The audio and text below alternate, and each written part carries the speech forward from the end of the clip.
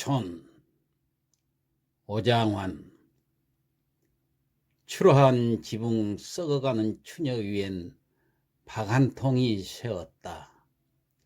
밤설이 차게 내려앉는 밤, 싱싱하던 넝쿨이 사그러붙던 밤, 지붕 밑 양주는 밤새워 싸웠다. 박이 단단히 굳고 나무 잎새 우수수 떨어지던 날, 양주는 새 바가지 끼어들고 추라한 지붕, 썩어가는 추녀가 덮인 움막을 작별하였다. 오장환은 1918년 5월 충북 보은군 회인면 중앙리에서 해주 오씨 오학근의 삼남으로 태어났습니다. 그의 어머니 한학수는 오학근의 첩실로 들어왔으나 본처인 이민석이 사망함에 따라 적실로 재혼 신고되었고, 오장환 또한 적출로 재신고되어 사남 사녀 중에서 삼남이 되었습니다. 그는 안성 공립보통학교를 졸업하고 휘문고등보통학교에 입학했으나 수업료를 내지 못해 정학 처분을 받았습니다. 이로 인해서 1933년 11월 오장환은 15세의 어린 나이로 조선문학의 시 목욕관을 발표하면서 등단을 했습니다. 그 후 오장환은 일본으로 건너가서 도쿄에 있는 지산중학교에 입학 수료를 했으며 시인, 불학, 낭만, 동인으로 참여하면서 본격적인 문단 활동을 시작합니다. 그는 1937년 일본 메이지대 전문부 문예과 별과에 입학했으나 곧 귀국해서 자오선 동인으로 활동했습니다. 그의 첫 시집인 성벽은 1937년 8월 풍림사에서 간행되었으며, 이 시집의 발행으로 오장환은 서정주 이용학과 함께 시단의 새 천재로 화려한 주목을 받습니다. 그 뒤 그는 자신이 경영하던 남만서방에서 두 번째 시집인 헌사를 1937년 7월에 발간했으며 삼천리, 문장, 춘추 등의 이따금 작품을 발표하면서 일제 말기까지 문단 활동을 이어나갑니다. 오장환은 지병인 신장병으로 8.15 해방을 서울대학 부속병원에서 맞이했습니다.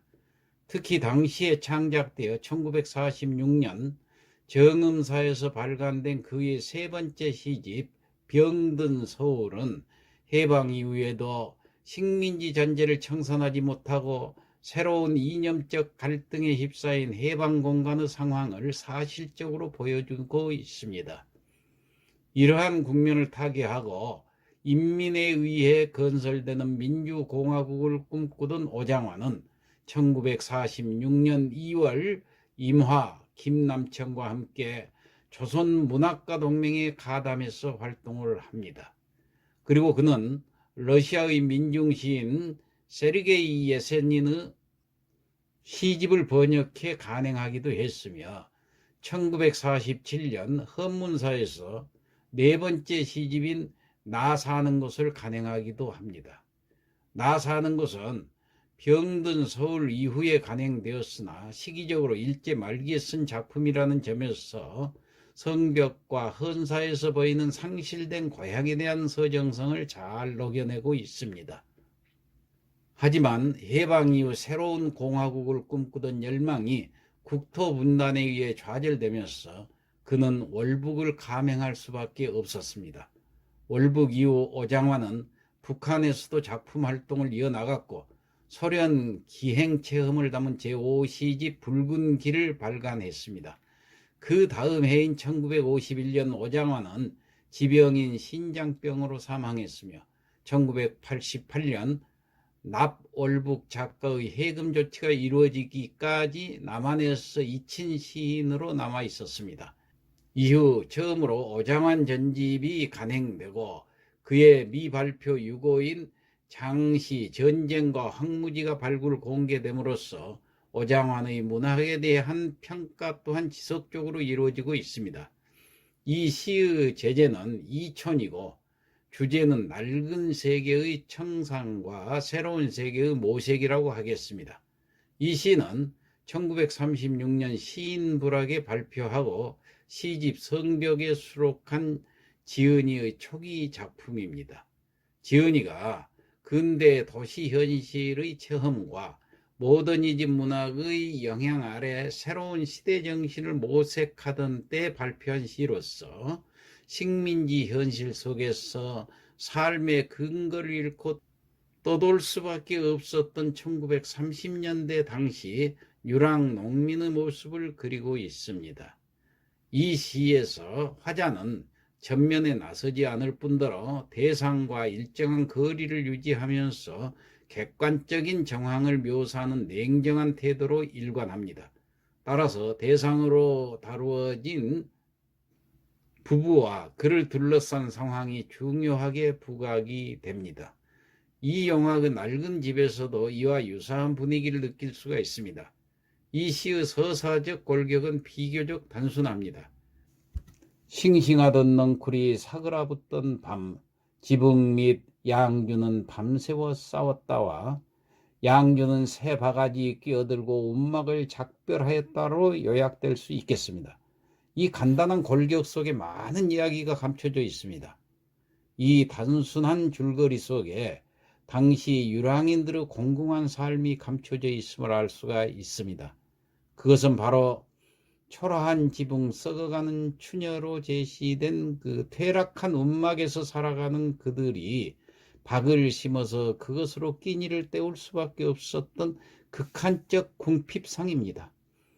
부부가 무엇 때문에 밤새도록 싸웠는지는 알 수 없으나 생활의 어려움 때문인 것만은 분명하다고 하겠습니다. 결국 부부가 새 바가지를 꾸어 들고 움막을 떠나 유랑 걸식하는 거린이 되는 것으로 이 시상이 마무리되고 있는데, 이러한 비극적인 부부의 모습이야말로 당시의 숱한 유랑인들을 대표하는 대유적 기능으로 쓰이고 있다고 할 수가 있습니다. 그럼에도 불구하고 시인은 그러한 비극적 상황에 대해 일체의 설명이나 자신의 감정을 배제시킨 채 시적 대상과 일정한 거리를 유지하면서 객관적인 정황만을 냉정하게 묘사하고 있을 뿐입니다. 그러므로 이 시는 시적 대상인 부부와 그들을 둘러싼 상황이 중요하게 부각될 수밖에 없습니다. 이렇듯 이 시는 생략과 응축이라는 절제된 표현 방법을 통해서 독자의 상상력에 호소함으로써 시적 효과를 배가시키고 있습니다. 즉, 제목인 모촌과 퇴락한 움막 풍경이 주는 그 황량한 분위기와 함께 싱싱하던 넝쿨이 사그라붙던 밤과 나무 잎새 우수수 떨어지던 날이 환기하는 그 쓸쓸함에서 그 부부의 서러운 인생과 당시 민중들의 비참했던 생활 모습을 고스란히 느끼게 해줍니다. 극심한 가난과 일제의 수탈을 견디지 못하고 정든 고향 땅을 등질 수밖에 없었던 우리 민족의 비극적 운명을 잘 그려낸 작품이라고 하겠습니다. 자, 이상 마치겠습니다.